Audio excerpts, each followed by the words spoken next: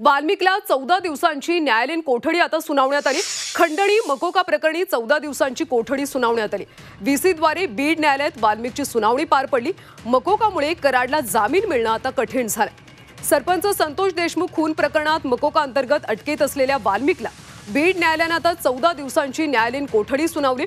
त्यामुळे आता वाल्मिकचा मुक्काम बीड जिल्हा कारागृहात असणार आहे। वाल्मिक कराड हा गेल्या 21 दिवसांपासून एसआयटीच्या कोठडीत होता।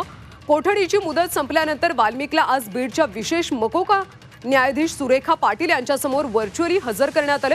एसआयटीच्या अधिकाऱ्यांनी कोर्टामध्ये वाल्मिक कराडच्या न्यायालयीन कोठडीची मागणी केल्यानंतर न्यायालयाने वाल्मिकला 14 दिवसांची न्यायालयीन कोठडी सुनावली। 5 फेब्रुवारीपर्यंत वाल्मिक कराड याचा पुढचा मुक्काम बीड कारागृहात असणार आहे। वाल्मिक कराड याची सुनावणी न्यायालयात अवघ्या 5 मिनिटं चालली।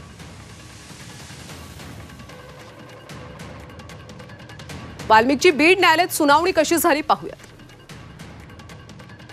वाल्मिकला आज व्हिडिओ कॉन्फरन्सिंगद्वारे बीड न्यायालयासमोर हजर करण्यात आलं। विशेष मकोका न्यायाधीश सुरेखा पाटील यांच्यासमोर वाल्मिकला हजर केले। 11:35 एसआयटीच्या अधिकाऱ्यांनी आपलं म्हणणं न्यायालयात लेखी स्वरूपात सादर केलं। वाल्मिकला न्यायालयीन कोठडी देण्याची मागणी केली। 11:40 वाल्मिकला 14 दिवसांची न्यायालयीन कोठडी सुनावण्यात आली।